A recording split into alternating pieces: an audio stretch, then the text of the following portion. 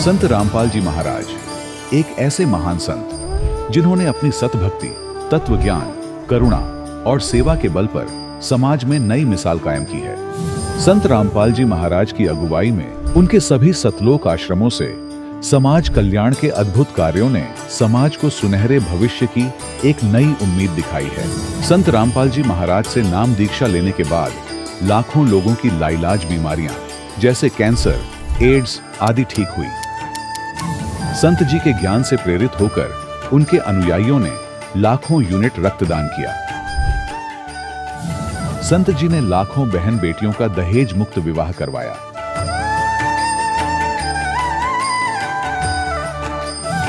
संत जी ने लाखों लोगों का नशा छुड़वाया, करोड़ों उजड़े परिवार बसे। संत जी के आश्रमों में समागम के दौरान निःशुल्क नेत्र चिकित्सा, दंत चिकित्सा प्रदान की जाती है। संत रामपाल जी महाराज द्वारा समय समय पर पर्यावरण संरक्षण के उद्देश्य से बड़े स्तर पर वृक्षारोपण किया जाता है। संत जी ने जरूरतमंदों को तत्काल राहत पहुंचाने के लिए एम्बुलेंस सेवा शुरू की। संत जी अपने अनुयायियों को देहदान के लिए प्रेरित करते हैं, जिससे मानवता की सेवा और चिकित्सा क्षेत्र में सुधार हो सके। संत रामपाल जी महाराज के सभी आश्रमों में हर रोज निःशुल्क भंडारा आयोजित किया जाता है, जहां हर वर्ग, हर जाति और हर धर्म के लोग एक साथ बैठकर भोजन करते हैं।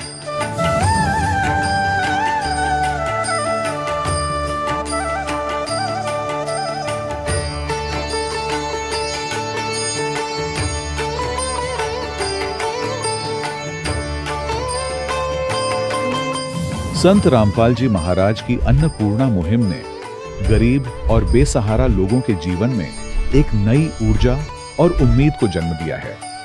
घर घर खाद्य सामग्री और जरूरी मदद पहुंचाकर संत रामपाल जी महाराज ने लोगों को दुख और मजबूरी से लड़ने की ताकत प्रदान की है।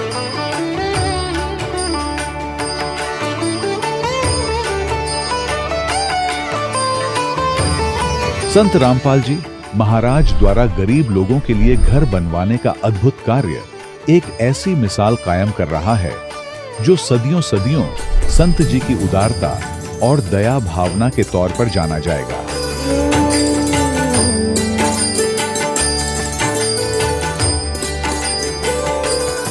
संत रामपाल जी महाराज के आश्रम में हजारों बुजुर्गों को सम्मान और प्यार के साथ जीवन जीने का अवसर मिलता है। उनके खाने, रहने और स्वास्थ्य की पूरी जिम्मेदारी संत रामपाल जी महाराज उठाते हैं। अनाथ बच्चों के लिए संत रामपाल जी महाराज के सभी आश्रम किसी वरदान से कम नहीं। यहाँ उन्हें शिक्षा, संस्कार और भविष्य के लिए बेहतर अवसर प्रदान किए जाते हैं। चाहे बाढ़ हो, भूकंप या महामारी, संत रामपाल जी महाराज और उनके अनुयायी हमेशा ही जरूरतमंदों के लिए सबसे आगे खड़े रहते हैं। कोविड महामारी के दौरान संत रामपाल जी महाराज के आश्रमों से करोड़ों लोगों के लिए भोजन, दवाइयां और जीवन रक्षक सामग्रियां उपलब्ध कराई गई। चाहे गरीब की मदद हो या किसी शोषित और पीड़ित वर्ग के हक और सम्मान की लड़ाई, संत रामपाल जी महाराज ने हमेशा ही उनकी दबी आवाज को सरकारों तक पहुंचाया है और उन्हें उचित न्याय दिलवाने में अहम भूमिका अदा की है। समाज में आध्यात्मिक और सामाजिक मूल्यों के प्रति जागरूकता लाने में संत रामपाल जी महाराज हर कदम पर मानवता के सच्चे सेवक साबित हुए हैं। संत रामपाल जी महाराज का जीवन हमें सिखाता है कि सच्ची सेवा वही है जो निस्वार्थ भाव से की जाए। आइए हम भी इस महान सेवा के कार्य में इस महान संत से जुड़ें और संत रामपाल जी महाराज से नाम दीक्षा लेकर अपने जीवन को धन्य बनाएं।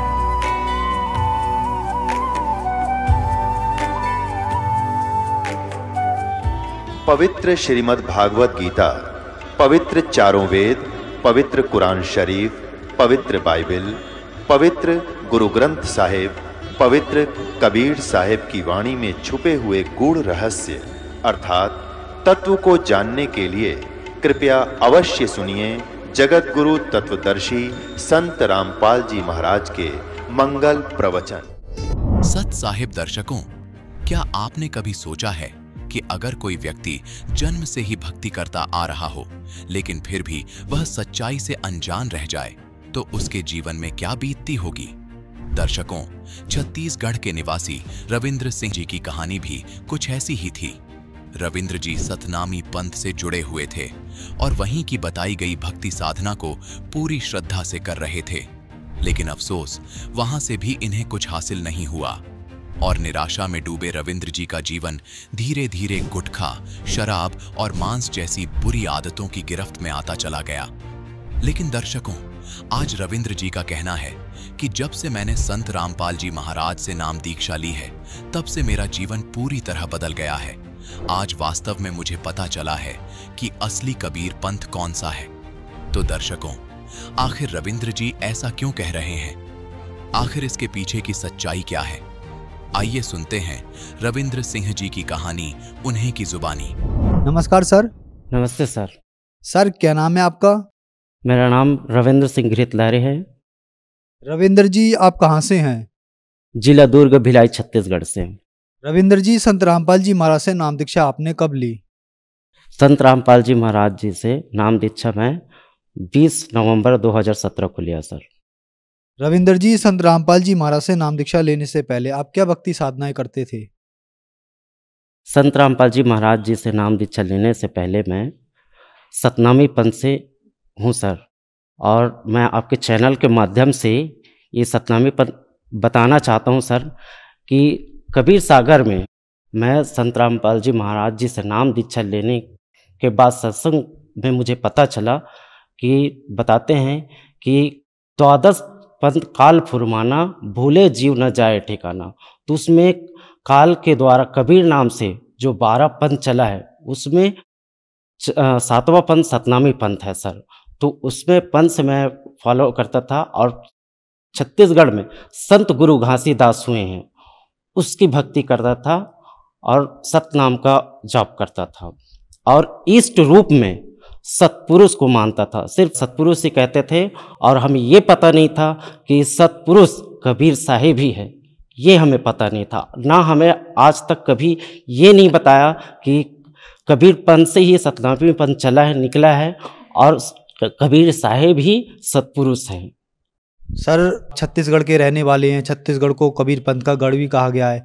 संत रामपाल जी महाराज जी भी कबीर पंथी हैं। तो इन सब पुरानी कबीर पंथ को छोड़कर आप कबीर पंथी संत रामपाल जी महाराज जी के पास गए, क्या कारण था?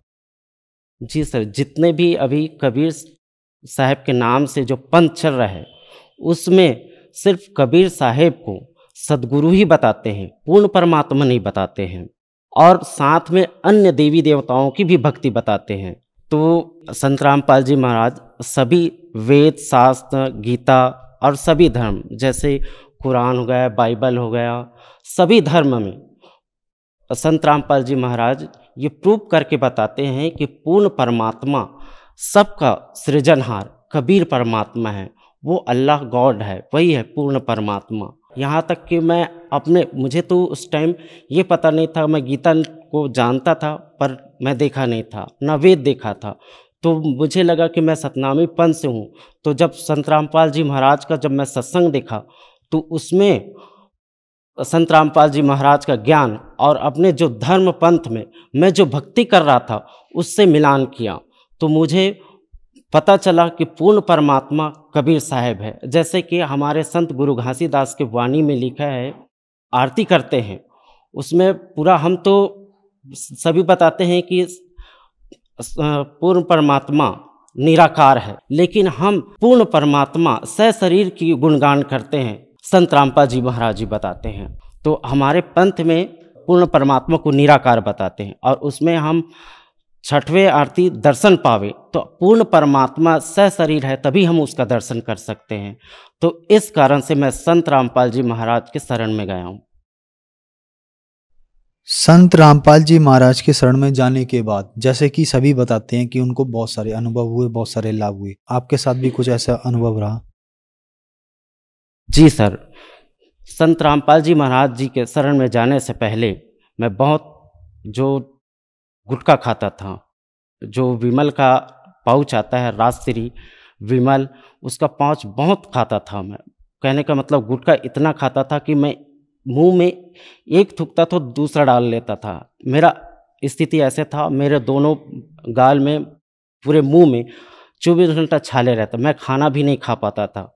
घर में इस बात के लिए मैं झगड़े भी होते थे कि खाने को गलती तो मेरी थी कि मैं खाना नहीं खा पाता था। गुटखा इतना खाता था कि मेरे मुंह में छाले रहते थे, और घर में मैं बोलता था, चिल्लाता था मिसेस को कि आप ऐसे बना दिए, वैसे बना दिए मत बोलकर उसके ऊपर चिल्लाता था।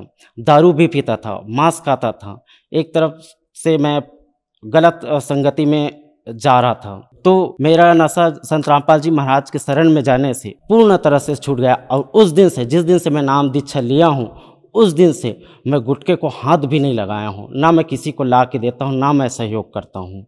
संत रामपाल जी महाराज जी से नाम दीक्षा लेते ही मेरे जितने भी नशे थे, सारे नशे, जैसे गुटखा, दारू, सिगरेट, जितने भी मैं व्यसन करता था, सारे छूट गए।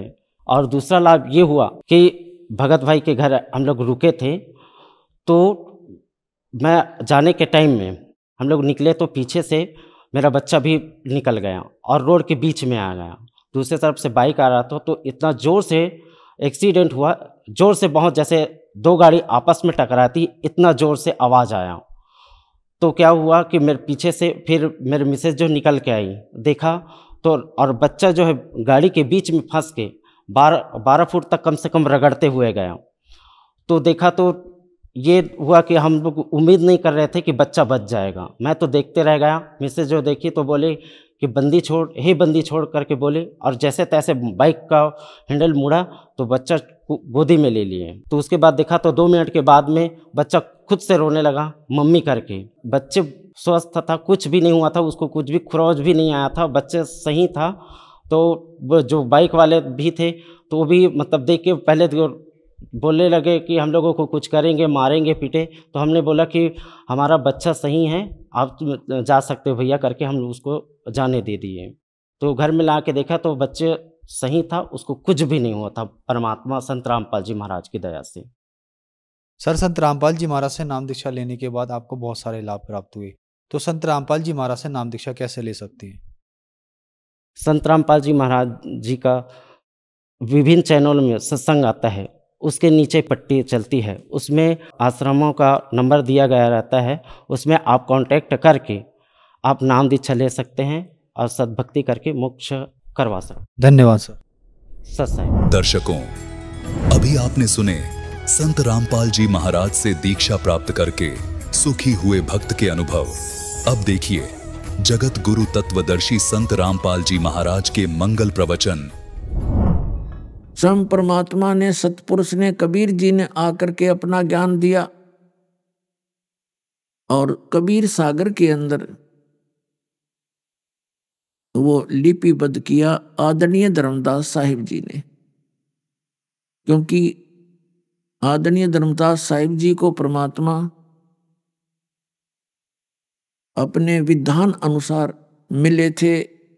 ऋग्वेद मंडल नंबर 9 सूक्त नंबर 86 86 के मंत्र 26 और 27 में, ऋग्वेद मंडल नंबर 9 सूक्त 82 के 82 के मंत्र नंबर 1, 2, 3 में, ऋग्वेद मंडल नंबर 9 सूक्त 96 यानी 96 के मंत्र 16 से लेकर 20 में, ऋग्वेद मंडल नंबर 9 सूक्त 20 के मंत्र 1 में, ऋग्वेद मंडल नंबर 9 सूक्त 1 मंत्र 8 और 9 में, और भी अनेक स्थानों पर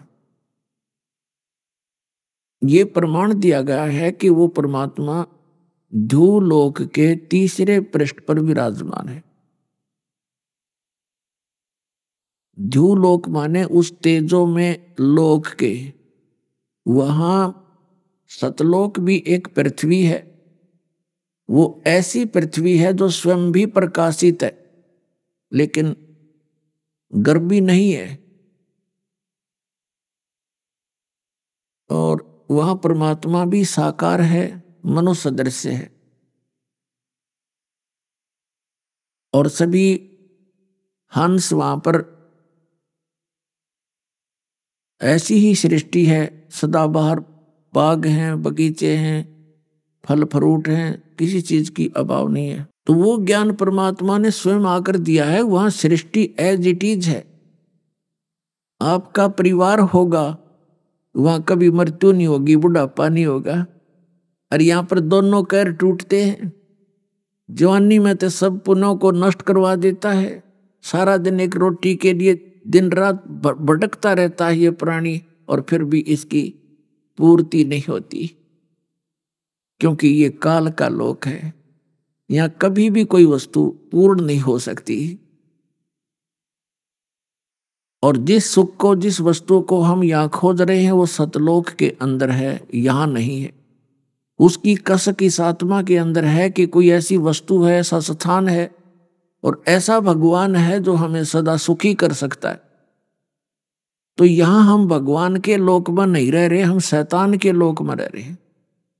आप देख रहे हो, भगवान हो और ऐसे दुख, किसी के हाथ कट गया, किसी की आंख फूट गई, किसी को कैंसर होगी, किसी की बेटी मर गई, किसी का बेटा मर गया, परिवार नष्ट हो गया, छोटे छोटे बच्चों को छोड़कर माँ बाप मृत्यु को प्राप्त हो जाते हैं। तो यहाँ भगवान हो तो क्या ये दुख हमारे देख ले वो? हम कसाई के लोक में रह रहे हैं, कसाई के। पुणात्मा, आपके ऊपर काल ने इतना वजन डाल रखा बुद्धि पे और अज्ञान से परिपूर्ण करवा दिया इन अज्ञानी संतों और महंतों से, आचार्य और शंकराचार्यों से, कि आप जी के अंदर वो स्थान नहीं रह रहा जो सत्य ज्ञान को प्रवेश कर सके दास। लेकिन इस सत्य ज्ञान में इतना वजन है कि ये अपनी जगह बनाएगा और बना रहा है। एकदम से नया ज्ञान और नया भगवान, और कितना अब स्वीकार हो रहा पुण्यात्माओं को, क्योंकि इन परमात्मा के इन वचनों में जो दास सुना रहा है एक बहुत बड़ा वजन है, और ये अपना स्थान बनाएगा ही बनाएगा।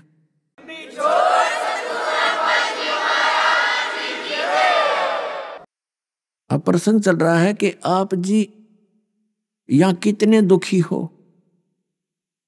कबीर परमात्मा ने कहा था कि काल कसाई हसत है सर्वलोक को खा।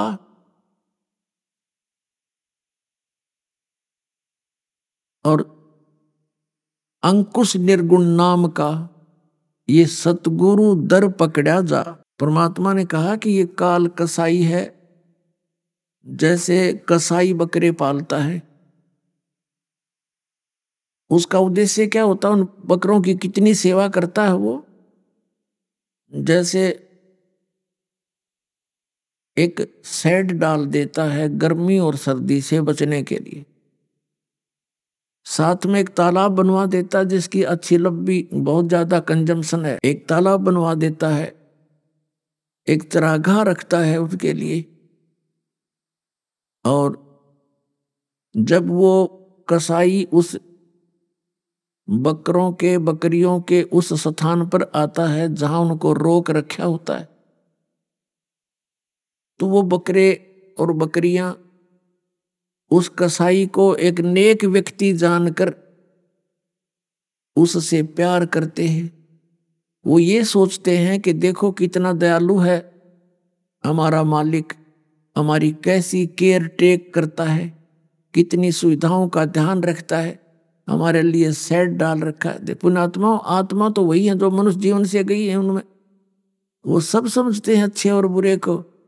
जैसे हम देखा करते थे, जो घर का सदस्य पशुओं को चारा डालता था प्रतिदिन, तो उसको देखते ही वो रीकने लग जाते थे, उससे प्यार करते थे, जीभ से चाटते थे कि ये बहुत अच्छा आदमी है। तो इसी प्रकार वो बकरे उस कसाई के निकट आ जाते हैं, चारों तरफ से इकट्ठे हो जाते हैं। और उससे कोई तो ऐसे छाती से सीने से लगाना चाहता है, ऊपर को पैर उठाकर उससे प्यार करना चाहता है, कोई जीभ से चाटता है और वो उनको ऐसे देखता है और वो उसके हाथ को चाटते हैं बकरे। वो तो देख रहा होता है कि इसमें मांस कितना हो गया, कितने किलो का बिकेगा, और बकरे ने सोचे ये बहुत अच्छा आदमी है, हमारे से प्यार कर रहा है। और फिर वो भूल जाते हैं जब उसको आवश्यकता होती है बकरों की 2, 10, 4, 20 की, तो लेकर डंडा और छांट लेता मोटे मोटे, चाहे किसी की माँ आओ, चाहे किसी का बेटा आओ, चाहे किसी की बेटी मरो, वो ना देखता किसका किससे क्या लिंक है, और ऐसे निकाल लाता है और जाके उनको कड़च करवा कर अपना धंधा करता है, रोजगार चलाता है। अपने आत्माओं, इस काल के लोक के इन बाग बगीचे झरने और इन मौसम न देख के हम ये सोच बैठे दे भगवान कितना दयालु है, पृथ्वी में जल दे दिया शीतल मीठा, झरने बहा रखे हैं, कितने सुंदर बाग बगीचे, काजू किस्मत सेब संतरे कनक गेहूं चना बाजरा ज्वार, और कैसे मौसम बना रखे हैं। परमात्मा बड़ा दयालु है। जैसे वो कसाई के बकरे उस कसाई को इतनी ही बुद्धि रखते हैं, तो जब तक हमें तत्व ज्ञान नहीं होता हमारी इतनी ही सत्र है बुद्धि का, और उसमें हम भूल जाते इस भगवान की दयालुता को। एक परिवार का परिवार नष्ट हो जाता है, दुर्घटना के अंदर अक्षेत्र का अक्षेत्र नाश हो जाता है किसी भूकंप या फ्लड के कारण, तब कहाँ जाता है इसकी दयालुता। तो पुण्यात्मा परमात्मा कबीर जी ने स्वयं आकर अपने बच्चों पर रहम किया कि जिसको तुम भगवान मानकर और यहीं इसके लोक में रहने के आदी बन गए हो, ये लोक ठीक नहीं, ये भगवान नहीं है, ये तो काल है। श्रीमद् भगवत गीता अध्याय नंबर 11 के मंत्र नंबर 32 में ये स्वयं कहता है कि अर्जुन मैं काल हूं और अब परिवर्त हुआ हूं। ये श्री कृष्ण जी के अंदर प्रवेश कर गया और फिर उसको दिखाया, जब वो सीधे हाथ नहीं माना, अर्जुन युद्ध करने को तैयार नहीं हो रहा था, तो उसको उससे बाहर निकल कर कृष्ण से और ऐसा विराट रूप दिखाया, अपना असली रूप, और कहा देख ये है मेरा उस ओरिजिनल रूप, मैं काल हूं और सबको खाने के लिए आया हूं। उसका उद्देश्य तो ये था उसको डरा दूं, धमका दूं, ये युद्ध कर ले, उसने नाश कराना था। श्री कृष्ण जी नहीं चाहते थे युद्ध करवाना बिल्कुल भी, वो तो उन्होंने पहले फैसला कर दिया था कि मैं युद्ध में हथियार भी नहीं उठाऊंगा, तो क्या वो व्यक्ति फिर युद्ध के लिए प्रेरित कर सकता है। और ये एक तरफ मैं होऊंगा, एक तरफ मेरी सेना होगी, और मैं हथियार भी नहीं उठाऊंगा, तो फिर क्या वो लातों से मारता। कहने का भाव ये है कि बिल्कुल युद्ध प्रिय नहीं थे, नहीं चाहते, वो तो मजबूरी में, जैसे जरासंध जैसे निकम्या ने और शिशुपाल जैसे ने बकवाद करी, वो दूसरी बात है, नहीं तो वो कभी किसी को दुख देने वाले इंसान नहीं थे। वो त्रिलोकी भगवान थे, 3 लोक के मालिक थे, स्वामी थे, एक विभागीय मंत्री यानी सतोगुण भगवान। तो हम काल के लोक में रह रहे हैं। और कबीर साहब क्या बताते हैं, कबीर ये माया अटपटी सब गट आन अड़ी, किस किस को समझाऊं या कुएं भांग पड़ी। परमात्मा कहते हैं किस किस ने समझाऊं, काल ने 21 ब्रह्मांड के अंदर अपने इस लोक रूपी कुएं में इस माया रूपी भांग को अनतोल्या अनमोला डाल दिया, और सभी ने एक ही प्रकार का ज्ञान ग्रहण है, सभी की एक जैसा ही स्वभाव बन गया। अब इस ज्ञान से ही ये भांग नशा उतरेगा, इस काल की भांग का। ये एंटीबायोटिक आपको दिए जा रहे हैं, जो आपके अंदर या सोच गलत होगी, हमारे अंदर क्या सोच होगी, बड़ी कोठी हो और बहुत ज्यादा पैसा मेरे बैंक बैलेंस हो, और फिर मैं बकवाद करूं, विवाह शादियों में सबसे ज्यादा दान दूं, लोग मेरी प्रशंसा करें। इस तरह की बकवाद हमने अपने अंदर ठोक ली। पुण्यात्मा ठीक है, समाज कुछ करे, संसार कुछ करता रहे, है तो वो गलत, फिर भी जो भक्त इस मार्ग पर लगेंगे उनको वो क्रियाएं बिल्कुल नहीं करनी होंगी जो भक्ति में बाधा करें। उसके विषय में हम बार बार बताते रहते हैं, तभी हमारी भक्ति सफल होगी। पहले तो ये उद्देश्य रखे कि हम यहाँ के वासी नहीं हैं, और दूसरा परमात्मा कहते हैं मौत भूल गया बावड़े, तन अचरज किया कौन, तन माटी में मिल जाएगा जो आटे में लौन, तेरी दिख अस्तित्व भी तेरा नहीं रहेगा और तू मौत भूल गया। जब ये प्राणी अपने जाने का समय भूल जाता है तब इसको बकवाद अच्छी लगती हैं, कार और कोठियां अच्छी लगती हैं, और संग्रह संचन करने में ये पागल हो जाता है। और परमात्मा परमेश्वर स्वयं आकर के ये ज्ञान देते हैं। अपने आत्माओं, ये ज्ञान सतगुरु दे सकता है, ये ज्ञान जो दास आपको दे रहा है। सतगुरु के लक्षण कहूं मधुरे बैन विनोद, और 4 वेद 6 शास्त्र वह कहे 18 बोध। सतगुरु जो होगा सभी सदग्रंथों की जानकारी यथार्थ रखते हैं। जैसे परमेश्वर आए थे वो भी सतगुरु की भूमिका ही करके गए थे, और वो बिल्कुल अक्षर ज्ञान नहीं लिया था। वैसे तो वो सर्वज्ञ है वो मालिक, लेकिन हमारी दृष्टिकोण से उनको अक्षर ज्ञान नहीं था। और अक्षर ज्ञान ना होते हुए और 4 वेद 18 पुराण उपनिषद और गीता बाइबल और कुरान का वो ज्ञान रखते थे। अशिक्षित होते हुए शिक्षित होकर के ग्रहण कर लेते तो ये सोचते कि इन्होंने समझ में आगी होगी बात या पढ़ने से। तो इससे सिद्ध है कि वो परमात्मा हैं और वो सद्गुरु भी हैं। वो यथार्थ ज्ञान दे करके लिपिबद्ध करवा के धर्मदास जी से, और सह शरीर आए थे सह शरीर चले गए। तो सतगुरु की सबसे पहली पहचान ये है। फिर दूसरी पहचान ये है कि सतपुरुष जिन जानिया सतगुरु तिसका नाम। जिन्होंने सतपुरुष को पहचान लिया, ये अभी तक जितने गुरु और सतगुरु हैं नकली, ये सारे कहते हैं सतलोक में तो प्रकाश ही प्रकाश है, वहां कोई अस्तित्व नहीं है।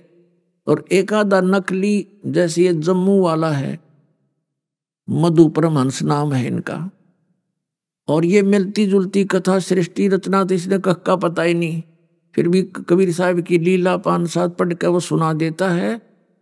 तो भक्ते का दे भक्त ने कहा जी वो भी बहुत अच्छी कबीर साहब की जानकारी रखता है, वह बहुत अच्छी बात है। लेकिन दास को पता था कि ये जानकारी अन्य चीज होती है और रोगनाशक औषधि से काम बनेगा। जैसे किसी रोगी को ज्ञान हो गया कि तुझे ऐसा रोग है, और बताने वाले ने भी सही बता दिया और औषधि दोनों के पास नहीं, तो उस ज्ञान ने सिर में मारेंगे। अब ज्ञान भी हो और समाधान भी हो तो तब बात बनेगी। तो वो क्या कहता है, जम्मू वाला रांझड़ी उसका आश्रम है, उसने सृष्टि रचना सुना रखी है। उसका टीवी के ऊपर भी एक सब आता है प्रोग्राम। तो वो क्या बताता है कि सतपुरुष गुप्त थे, अनुराग सागर की वाणी को पढ़कर सुनाते हैं।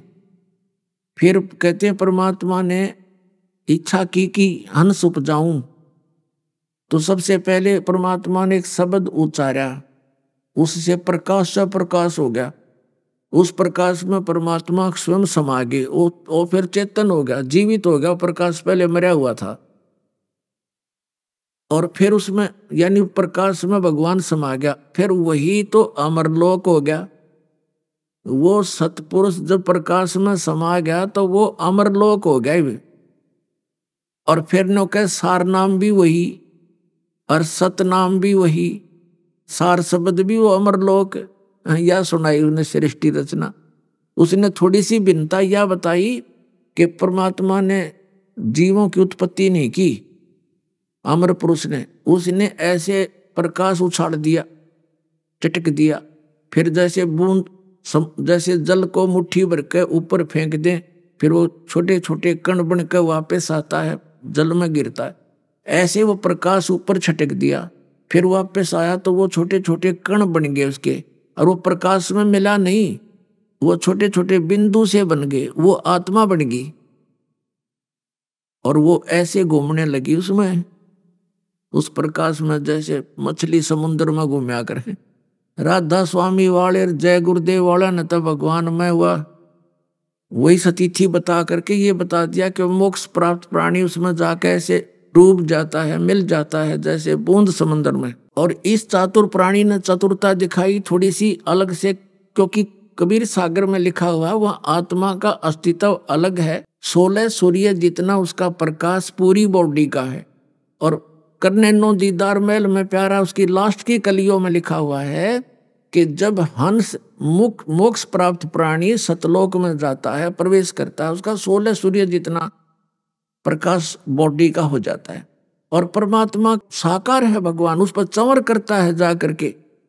मोक्ष प्राप्त प्राणी सबसे पहले मालिक के दर्शन करता है, उनको सेवा करता है, दाता है कि 100 शुक्र मनाता है, उससे बातें करता है। और परमात्मा के एक रोम को करोड़ सूर्य मिला दे, करोड़ चंद्रमा, इतनी रोशनी है। और वो नौका वहां डूब कर मर जाता। और ये नकली नौका है जम्मू वाला, रांजड़ी वाला, श्री मधु परमहंस नाम है इसका। कहते वो बूंद सी है, बिंदु सी, और वहां जाकर उसमें फिर वो चक्कर काटती रही, वहां भगवान नहीं है साकार। इन्हें खाक जाना, इन्हें बैठा दिया, इन जीवों को डबो दिया, थोड़ी सी चतुरता दिखा के बीजक की बात कहेंगे, बीजक ना याद, ये पृथ्वी डोबन उतरे कह मीठी बात। तो पुण्यात्माओं, सच्चा जो ज्ञान होता है उसमें बहुत बड़ा वजन होता है, और झूठे ज्ञान का अस्तित्व नहीं होता। अब ये जितने भी पंथ हैं और जितने भी ये बने हुए हैं पंथ अलग अलग, ये सब समाप्त हो जाएंगे कुछ दिनों में, क्योंकि आज मानव परमात्मा ने बुद्धिमान बना दिया। अब इस बुद्धिमान मानव को कोई ऐसा पैमाना नहीं था, इसके पास कोई ऐसा टेप नहीं था जिस तरह संतान नाप लेंगे ये पूर्ण है या अपूर्ण है।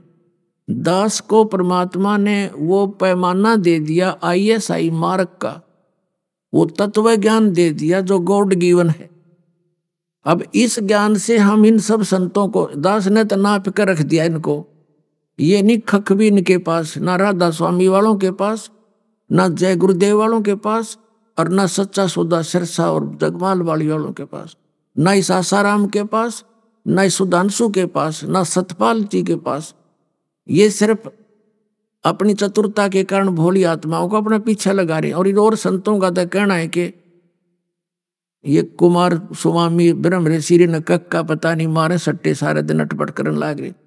तो अब इस दास ये चाहता है कि ये श्रद्धालु जिनको भगवान की चाह है, ये स्वयं इतने विद्वान हो जा कि इनके ज्ञान को स्वयं रिजेक्ट कर दे। इस दास का ये उद्देश्य। जैसे एक समय 2 भाई थे, लालाजी सेठ, उनमें से छोटा भाई की मृत्यु होगी। छोटे भाई के 2 पुत्र थे। तो कुछ दिन के बाद उनकी माँ ने कहा, बेटा मेरे पास पैसे तो हैं नहीं, मेरे पास कुछ तेरे पिता के समय के लाल रखे हैं। लाल, एक लाल की कीमत बहुत होती है, लाखों रुपए होती है। अब तो करोड़ों की कीमत हो गई होगी उसकी। और बेटा ऐसे करो, तुम बालक हो, एक 16 वर्ष का, एक 18 वर्ष का, ऐसी आयु थी, तुम बच्चे हो, व्यापार कर नहीं सकते। अपने ताऊ जी के यानी पिता के बड़े भाई को ताऊ जी बोलते हैं अपनी लैंग्वेज में, देसी भाषा में। अपने ताऊ जी के पास जाओ, उनसे कहो, प्रार्थना करो कि वो आपकी पार्टनरशिप कर लें व्यापार में। और कहना कि ताऊ जी हमारे पास पैसे नहीं है, ये लाल हैं, इनको ले लो, गिरवी रख लो इनको कहीं और काम चला लो। वो बच्चे लेकर गए माँ से वो पोटड़ी जिसमें वो लाल बांध रखे थे, गठड़ी ऐसे कपड़े में, और ताऊ जी से प्रार्थना की, ताऊ जी हमें अपने साथ बिजनेस में रख लो, हमारे पिताजी रहे नहीं, हमारा भी गुजारा हो जाएगा।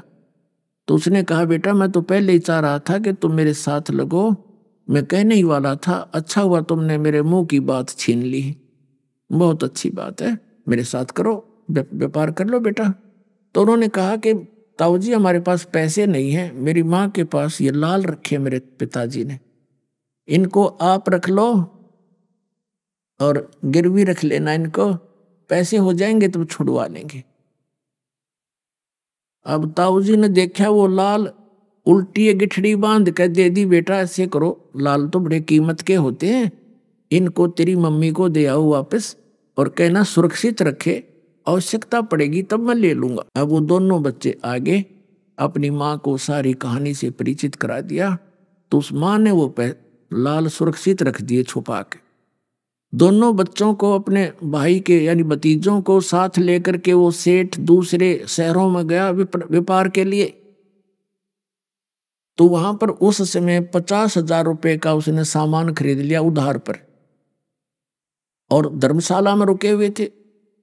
वो सेठ से कह दिया कि हम अभी आपके पास एक लाल भेजता हूं, उस गिरवी रख लेना, फिर हमें सौदा हमारा जहाज में डलवा देना। अच्छा ठीक है। अब वहां धर्मशाला में जाकर के सेठ ने कहा उस अपने भतीजों से, ले बेटा ये लाल ले जाओ, और जिस सेठ से 50,000 रुपये का सौदा तय किया है उसको ये लाल दे आओ, और कहना कि जब हम पैसे दे जाएंगे अपना लाल ले जाएंगे।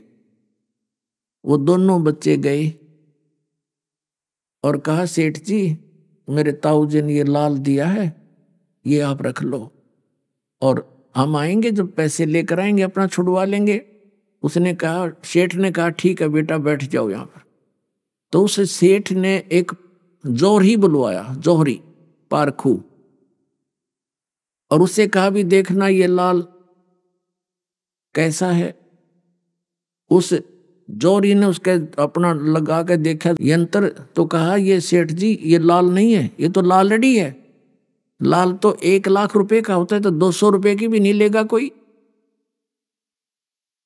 तो सेठ ने उन बच्चों को भली बुरी कही कि तेरे ताऊ जी ऐसे व्यक्ति तो नहीं दिखाई देते थे, अब वो धोखा भी करने लगे हमारे साथ, मैं क्या उनको उधार देने से मना कर रहा था, और ये नकली लाल मेरे को लालड़ी दे दी, ऐसे कहकर गली में फेंक दी। अब दोनों बच्चे बड़े दुखी हुए कि भी सेठ तो बहुत बुरा बोला हमारे बारे में, ताऊ जी के बारे में, क्यों धोखेबाज है। उसको उठाकर गली से लालड़ी को आगे धर्मशाला में, और कहने लगे ताऊ जी वो लाला जी तो बहुत निकम्मा आदमी है, ऐसे ऐसे बोला, हमारे लाल को गली में फेंक दिया। एक पता नहीं कौन बुलाया उसने, उसने कह दिया ये तो लालड़ी है, और ताऊ जी बहुत गलत बोला कि तेरे ताऊ जी अब धोखा भी करने लगे, ऐसे व्यक्ति तो नहीं थे, लाल लाल कहकर लालड़ी मुझे दे रहे हैं। तब उस सेठ ने कहा अरे बेटा सचमुच मेरा धोखा लग गया भाई, वो ठीक कह रहे थे। अब दूसरी साइड में दूसरे बैग में रखा था वो लाल, अरे बेटा ओहो ये तो सचमुच लालड़ी है, धोखे से दिया गया, चोरों से बचने के लिए रखे हुए थे कि कोई चोर चारा होते इनको निकाल ली जाएगा लालड़ियों को, और लाल अपने बच्चे रहेंगे, तो इसलिए बेटा रखी हुई थी मैंने, अरे ये लाल ले जा और जाके कहो कि मेरा ताऊ जी ऐसा आदमी नहीं है जैसा आपने सोचा है, देखो ये है लाल, धोखा लग गया उनके।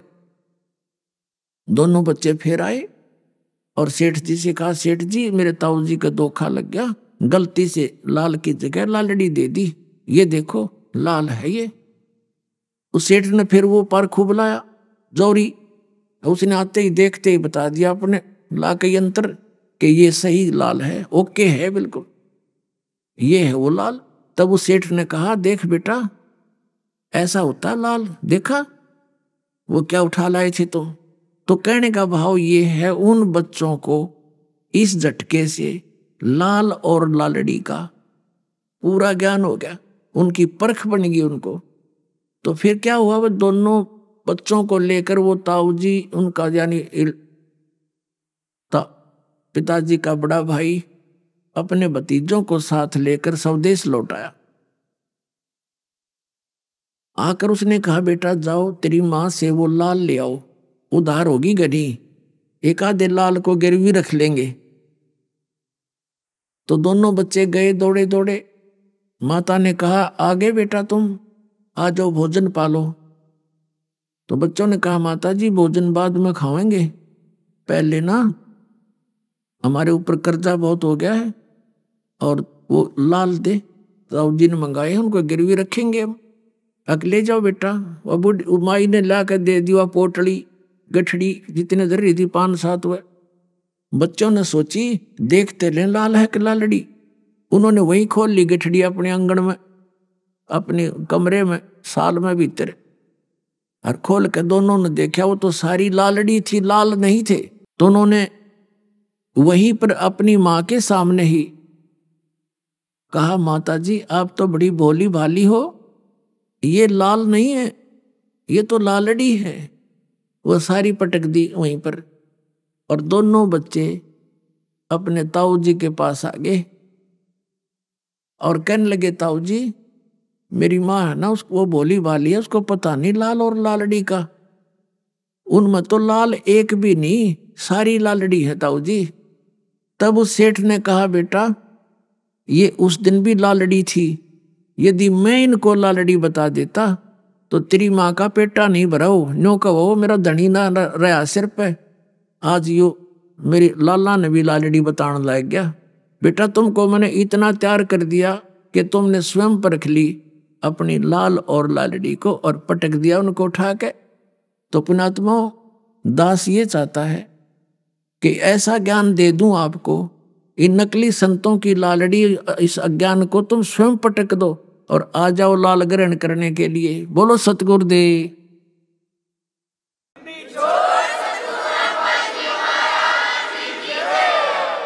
एक समय एक विद्वान था, उसका नाम था पंडित सर्वानंद, और उसने सभी वेदों को, चारों वेदों को, गीता जी को, पुराणों को, उपनिषदों को बहुत अच्छी तरह गहनता से पढ़ रहा था, अध्ययन कर रखा था, और उनके अध्याय और श्लोक मंत्र कंठस्थ याद कर रखे थे। उस सर्वानंद ने अपने समय के सभी ब्राह्मणों को पराजित कर दिया था शास्त्रार्थ में। उस सर्वानंद की एक माता थी शारदा,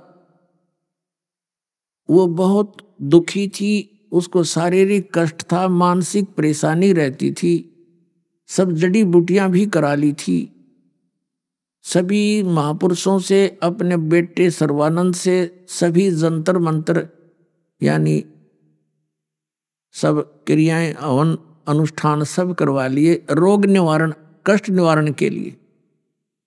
तो पहले तो सभी ने बताया कि ऐसी क्रिया करो, ऐसा हवन करवा लो, ऐसा कुछ कर दो, तुम्हारा ये कष्ट संकट दूर हो जाएगा। बाद में सभी कहने लगे कि ये तो तेरे प्रारब्ध का भोग है माई, आजीवन भोगना पड़ेगा, इसका कोई विकल्प नहीं। अब वो अपने अंतिम श्वास गिने थी और ये सोच रही थी कि ये रोग मेरे साथ ही जाएगा, और चैन कती नहीं चारपाई पकड़ ली थी। परमात्मा कबीर जी उस समय आए हुए थे इस धरातल पर, 120 वर्ष रहे थे।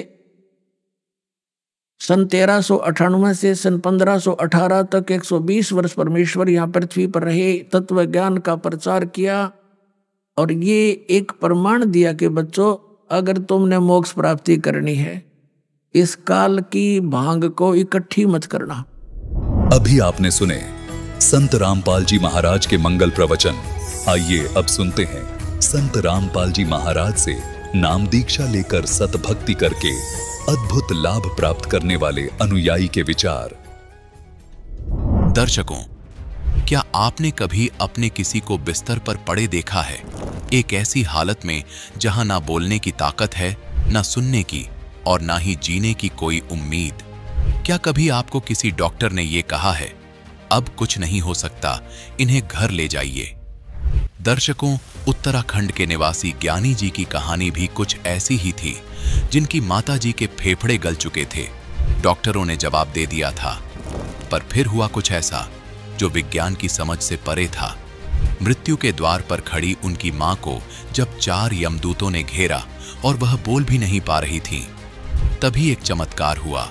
संत रामपाल जी महाराज स्वयं प्रकट हुए और कहा, मैं अपनी भक्त की लाज बचाने आया हूं, मैं तेरी आयु बढ़ाता हूं। अगले ही दिन जिनकी सांसें टूट चुकी थीं, वे न सिर्फ बोली बल्कि चलने लगीं। पर चमत्कार यही नहीं थमा। बहन पर था 10 भूत प्रेतों का साया।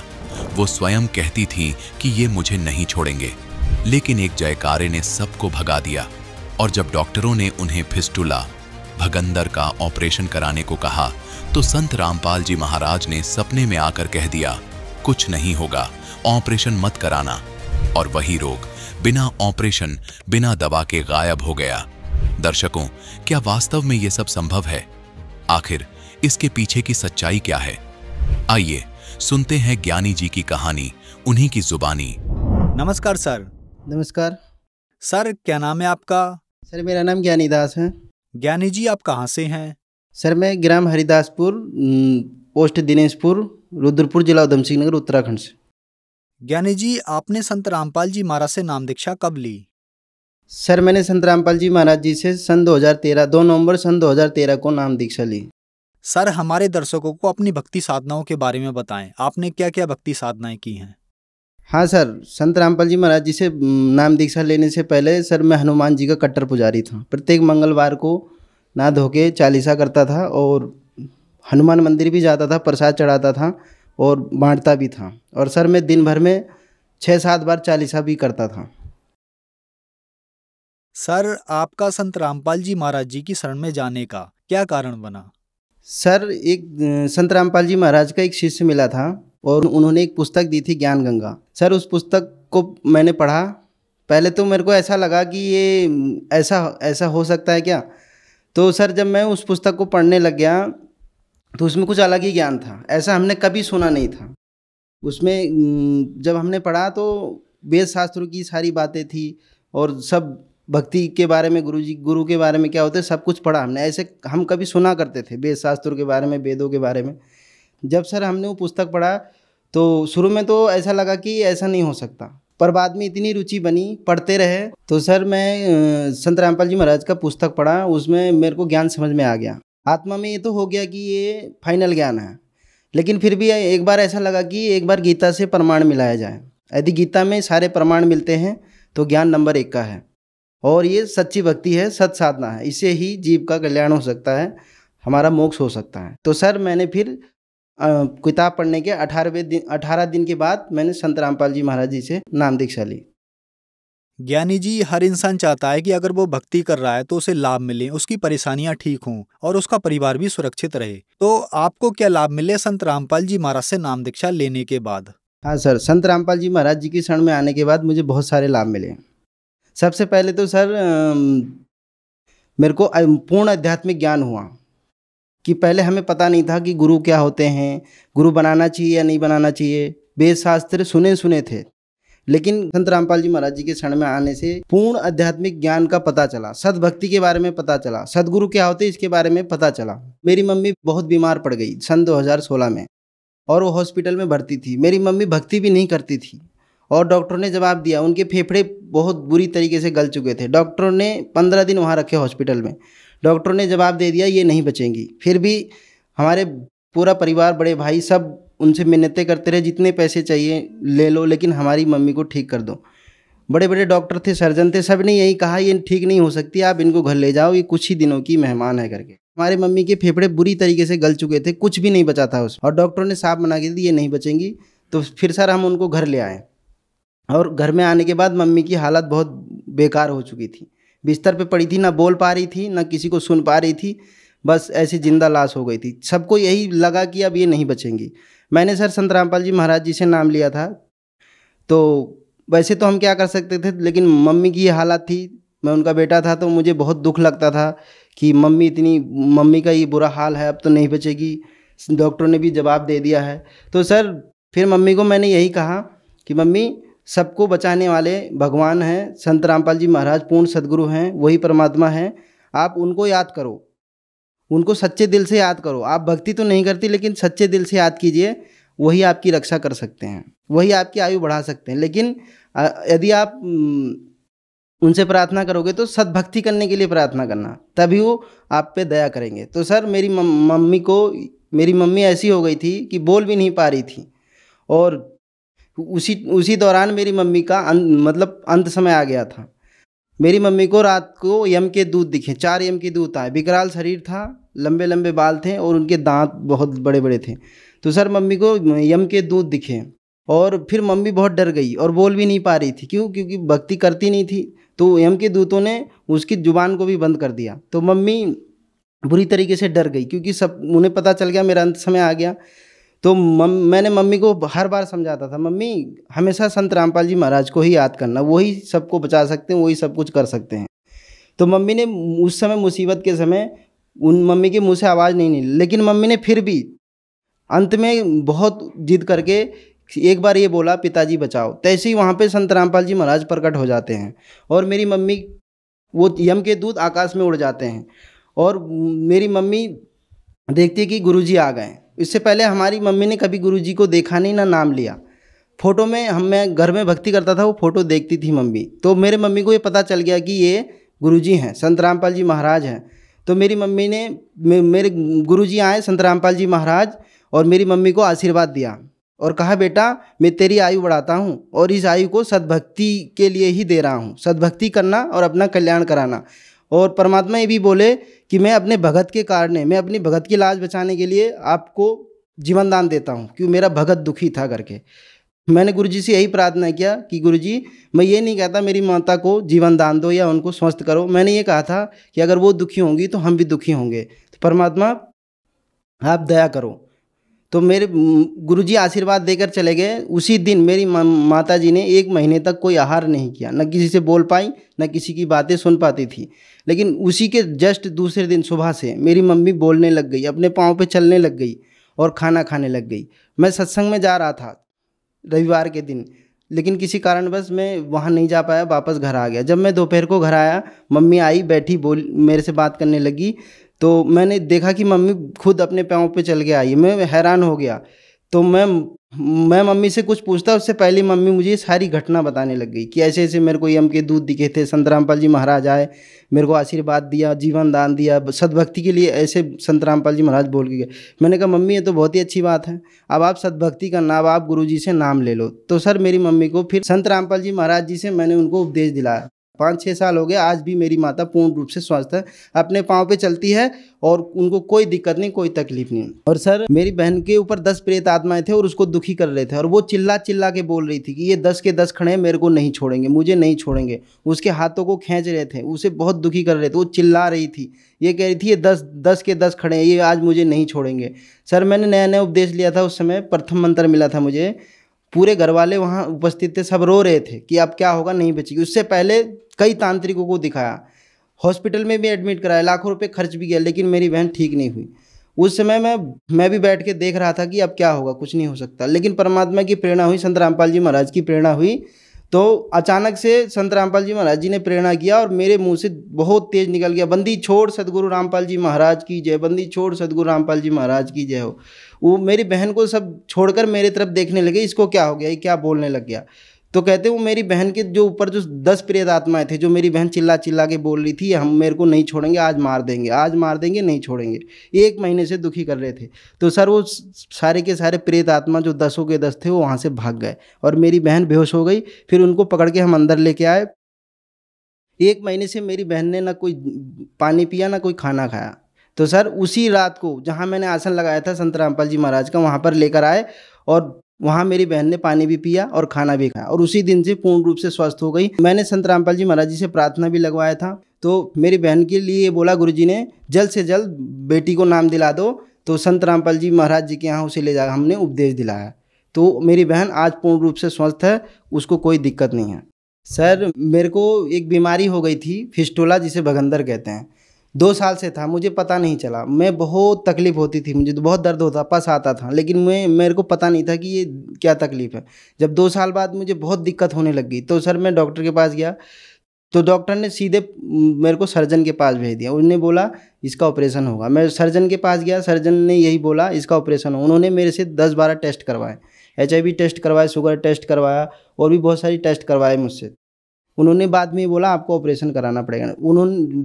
सर्जन डॉक्टर ने ये कहा मैं लिख कर देता हूँ, 99% ऑपरेशन से ही ठीक होते हैं, क्योंकि उन्होंने ये भी टेस्ट करवाया था कि इस फिस्टुला की पहुँच कहाँ तक हो चुकी है। उन्होंने ये कहा था कि इसकी पहुंच हड्डी तक जा चुकी है, अब ये कैंसर का रूप ले सकता है। अगर इन्फेक्शन हड्डी में हो गया तो कैंसर बन सकता है और आप अगर जल्द से जल्द इसका ऑपरेशन नहीं कराते हैं तो आपको कैंसर होने से कोई नहीं बचा सकता। ये वहाँ के डिस्ट्रिक्ट हॉस्पिटल के सर्जन, जो सबसे बड़े डॉक्टर होते हैं सर्जन, उन्होंने ये बोला था। मैं लिख के दे सकता हूँ। तो सर मैं बहुत दुखी हो चुका था उस समय कि अब मेरा क्या होगा। ऑपरेशन के लिए बोल दिया, मैं बहुत डर गया, मैं ऑपरेशन नहीं कराऊंगा करके। और मेरी उस समय आर्थिक स्थिति भी ऐसी नहीं थी कि हम ऑपरेशन करा सकते थे। मैं बहुत डर गया, क्या करते। मैंने किसी से नहीं बोला, घर में भी किसी से नहीं कहा। तो फिर सर मेरे को गुरुजी सपने में आए। सपने में आकर गुरुजी ने बोला कुछ नहीं होगा, आप ठीक हो जाओगे, ऑपरेशन मत कराना। फिर सर मैंने प्रार्थना भी लगाई गुरुजी से, संत रामपाल जी महाराज जी से प्रार्थना लगाई। वहाँ से गुरुजी का ये आदेश आया कि ऑपरेशन नहीं कराना है, परमात्मा दया करेंगे। तो सर वो मेरा जो बगंदर की बीमारी थी फिस्टुला, वो अपने आप ठीक हो गया। उसके बाद मेरे को कभी पस नहीं आया, ना कभी दर्द हुआ और पूर्ण रूप से ठीक हो गया। संत रामपाल जी महाराज की कृपा से मेरा फिस्टुला का जो रोग था पूर्ण रूप से ठीक हो गया, कोई ऑपरेशन कराने की ज़रूरत नहीं पड़ी। एक बार मैं साइकिल से शहर जा रहा था और रोडवेज की बस आ रही थी। उसने सर इतनी तेज़ी में कट मारा कि मेरी साइकिल से बहुत तेज़ आके टकराया और मैं साइड में जाके बहुत तेज़ी से गिरा। और सर मेरे को पता नहीं कि मेरा क्या होगा करके, मैं भूल गया मैं कहाँ हूँ, कैसे हूँ, किस हाल में हूँ। तो सर वो रोडवेज से जो मेरी साइकिल की टक्कर हुई, मैं किनारे गिर गया जाके। 5 मिनट बाद मुझे होश आया। मेरे को पता नहीं वहाँ क्या हुआ था। मैं जब वहाँ होश में आया तो मैं पूर्ण रूप से ठीक था, मुझे कोई चोट नहीं लगी, कोई खरोच नहीं आई। हाँ, मेरे कपड़े गंदे हो गए थे, मिट्टी विट्टी लग गए थे और साइकिल थोड़ा डैमेज हो गया था। तो संत रामपाल जी महाराज की कृपा से मेरे को कुछ नहीं हुआ। और सर मेरे पिताजी बहुत नशा करते थे, बीड़ी भी पीते थे, शराब भी पी के आते थे, मांस भी खाते थे। हम बार बार प्रार्थना करते थे, वो नहीं मानते थे। मैंने संत रामपाल जी महाराज से दंडवत प्रणाम करके कहा, हे भगवान मेरी भक्ति में बहुत बाधा आ रही है। तो संत रामपाल जी महाराज जी से जब मैंने दंडवत प्रणाम करके मैंने उनसे प्रार्थना किया और पिताजी को बार बार प्रार्थना करता था। मेरे पिताजी बीड़ी भी छोड़ दिए और शराब भी छोड़ दिए, मांस खाना भी छोड़ दिए। मेरे पापा ने सारे नशे छोड़ दिए, जिससे मेरे को भक्ति में कोई बाधा नहीं आई। और गुरुजी की दया से ही उन्होंने, संत रामपाल जी महाराज की दया से ही उन्होंने नशा छोड़ा, अन्यथा वो नशा नहीं छोड़ सकते थे। ज्ञानी जी, आपके साथ एक बहुत बड़ा चमत्कार हुआ। आपकी माताजी के फेफड़े गल चुके थे। डॉक्टर्स ने आपको कह दिया था कि इन्हें घर ले जाओ, अब इनकी जिंदगी ज्यादा नहीं है। लेकिन संत रामपाल जी महाराज ने आपकी माताजी को जीवन दान दिया और वो भी बिना दवाई बिना ऑपरेशन के ठीक हो गई। आज लाखों की संख्या में दर्शक आपका इंटरव्यू देख रहे हैं और उनके साथ भी ऐसे ही परेशानियां हैं, तो उनके लिए आप क्या कहना चाहेंगे? उनसे हम यही प्रार्थना करना चाहेंगे कि पूर्ण संत धरती पे आ चुके हैं। जो दिक्कत हमको थी, जो हमारे परिवार को थी, हमने संत रामपाल जी महाराज जी से दीक्षा लिया और आज पूर्ण रूप से ठीक हैं, सुखी हैं। सर जो भी दिक्कतें हमको थी, जो भी हमारे परिवार को दिक्कत थी, मेरी माता जी को जीवन दान मिला, मेरी बहन को जीवन दान मिला, मेरे को जीवन दान मिला।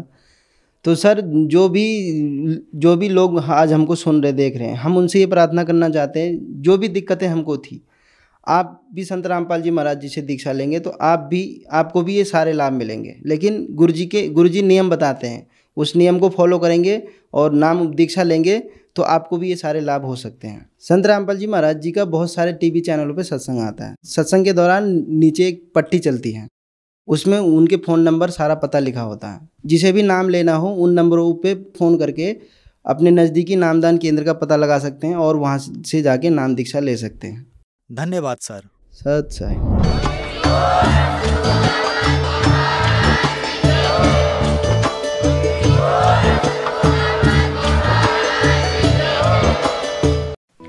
आप सुन रहे थे जगत गुरु तत्वदर्शी संत रामपाल जी महाराज के मंगल प्रवचन। अधिक जानकारी के लिए संपर्क करें।